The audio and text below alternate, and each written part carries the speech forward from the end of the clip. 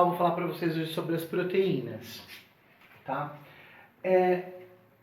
As proteínas são estruturas, né, formadas por aminoácidos, que elas têm muitas funções e diversas funções muito importantes dentro do nosso organismo, tá? Função estrutural. Em que momento a gente tem a função estrutural delas atuando dentro do nosso organismo? Né? Elas atuam como fonte de estrutura por conta do DNA e RNA de todos os seres vivos. Né?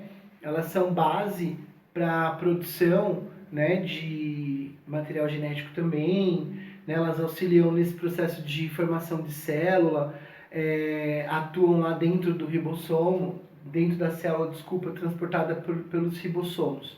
Tá? Elas têm função reguladora quando elas atuam como enzimas. Né? Enzimas, a gente vai ver daqui a pouquinho, que elas são aceleradores de processo, são chamados de catalisadores também, beleza?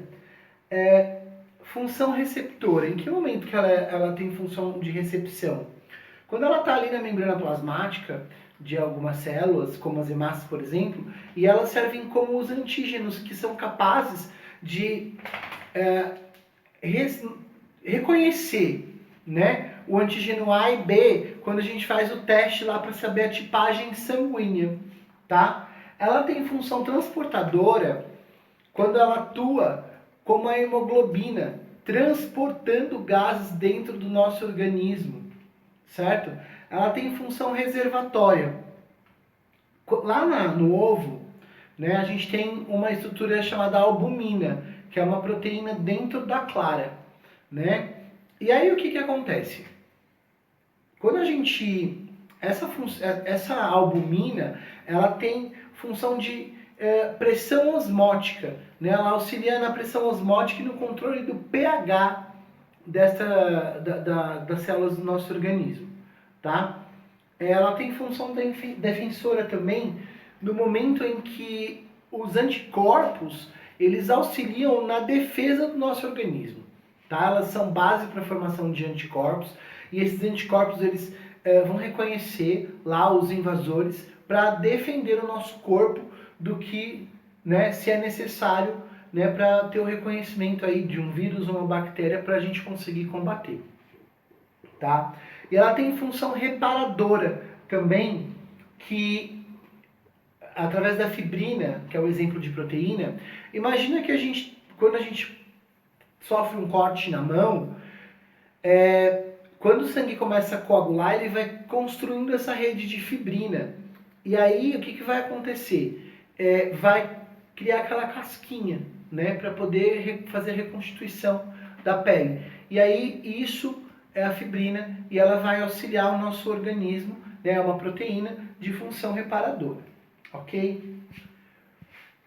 Nós temos as proteínas formadas por aminoácidos, tá? Elas se ligam através de ligações peptídicas. Ligações peptídicas, tá? Através dessas ligações acontece a formação da proteína. Então, o ácido glutamínico, ele foi o primeiro aminoácido a ser, né, fabricado lá há muito tempo atrás, né? E através de um processo de transaminação, ele conseguiu produzir outros tipos de aminoácidos, certo? E aí, o que acontece? Esses outros aminoácidos, eles vão ser classificados, né, todos eles, em naturais e essenciais. Os naturais nós encontramos nos vegetais, eles são 12. E nós temos 8 essenciais, tá? E aí o que vai acontecer?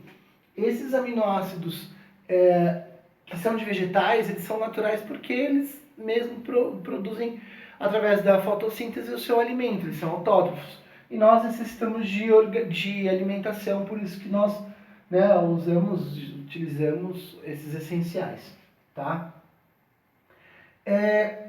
Eles também agem como hormônios, tá? Eles agem como hormônios dentro do nosso corpo, tiroxina, hormônios da tireoide.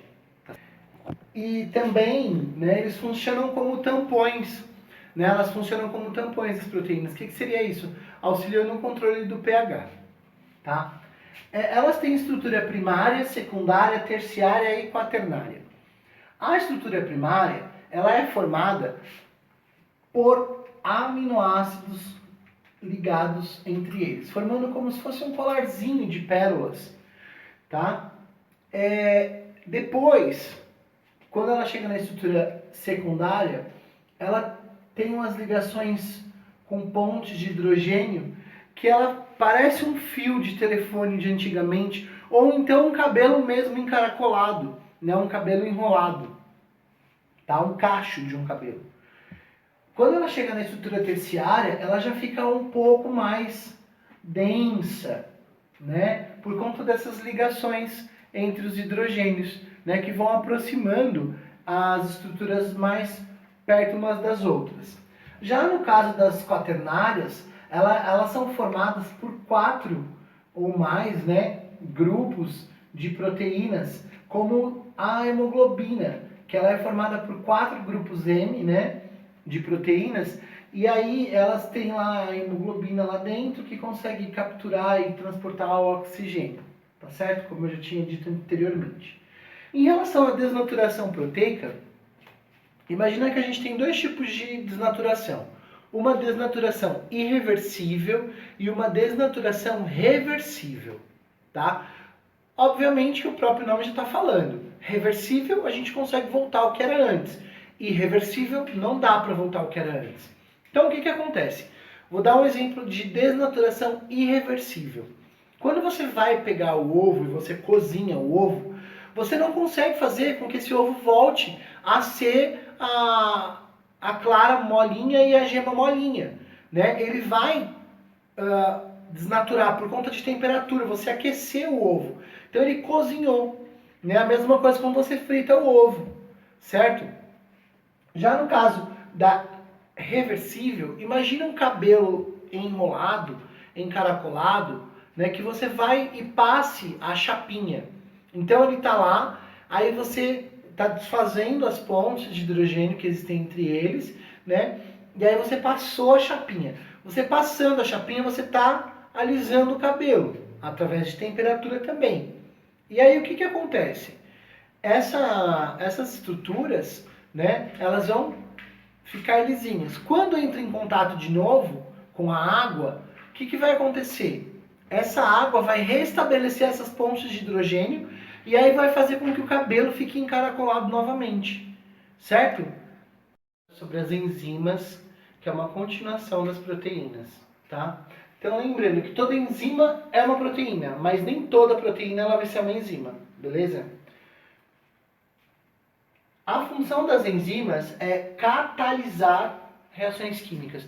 O que seria catalisar? É acelerar o processo de reação, tá? Se eu não tivesse enzima, eu ia ter que gastar muito mais energia para conseguir quebrar algumas moléculas dentro do meu organismo, né? Eu coloquei um exemplozinho aqui para vocês, que se eu não me engano é o que tem na apostila, tá? Da quebra desse que ela faz dentro do nosso corpo. Então eu tenho lá uma enzima, né? E ela funciona no esquema de chave-fechadura. O que seria isso? O esquema de chave-fechadura. Eu tenho uma determinada enzima para quebrar determinado substrato, tá? Por exemplo, a pitialina, que ela age quebrando o carboidrato quando a gente se alimenta. Se eu usar, né, a pitialina para tentar quebrar uma molécula de, por exemplo, ela vai quebrar o amido, para quebrar uma gordura, ela não vai quebrar, ela não vai funcionar, porque ela não vai utilizar os sítios ativos dela para poder se conectar para a quebra, ok? Então o que acontece?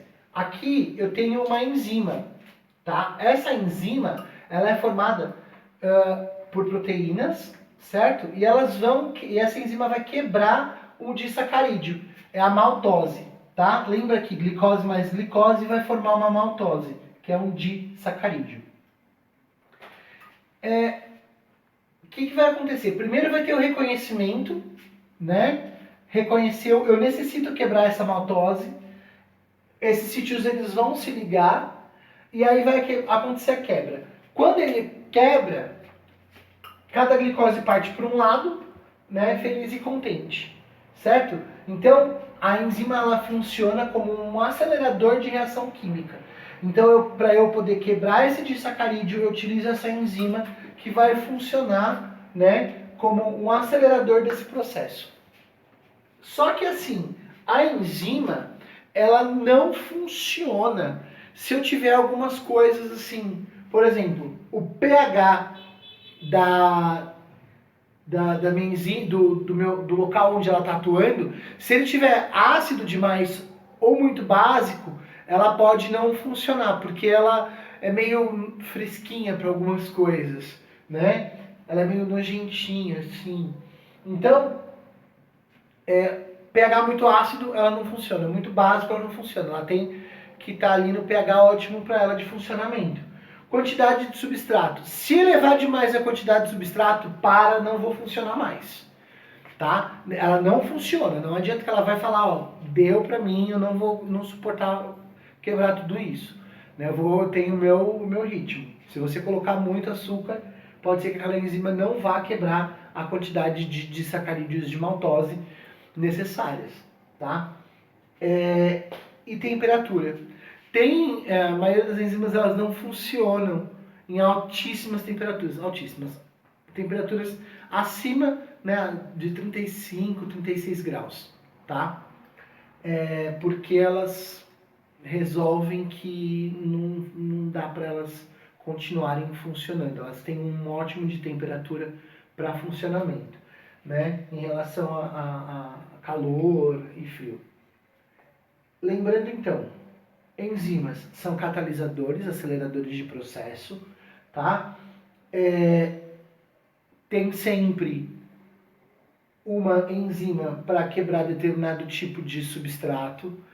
Não funcionam, né? Afeta o funcionamento delas.